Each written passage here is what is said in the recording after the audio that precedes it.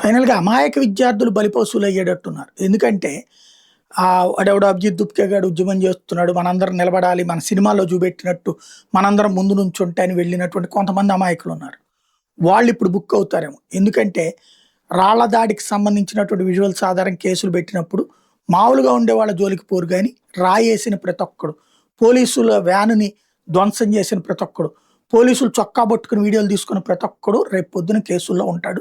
కేంద్ర ప్రభుత్వం సోనం వాంగ్‌చుక్‌కి చెప్పింది కూడా అదే.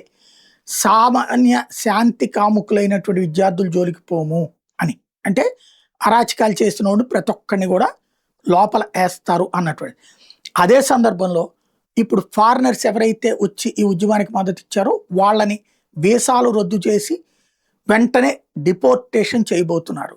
ఇంకొకటి విదేశాల నుంచి ఫండింగ్ ఏదైతే ఇప్పుడు వీళ్ళకి ఫుడ్‌కి వీటికి వచ్చిందో, ఏ అకౌంట్ నుంచి వచ్చినాయో వాళ్ళందరికీ సంబంధించిన అనుపానులు తీస్తున్నారు. ఈడీ రంగంలోకి దిగుతుంది. 1 బై 1 ఆస్తుల స్వాధీనాలు జరుగుతాయి.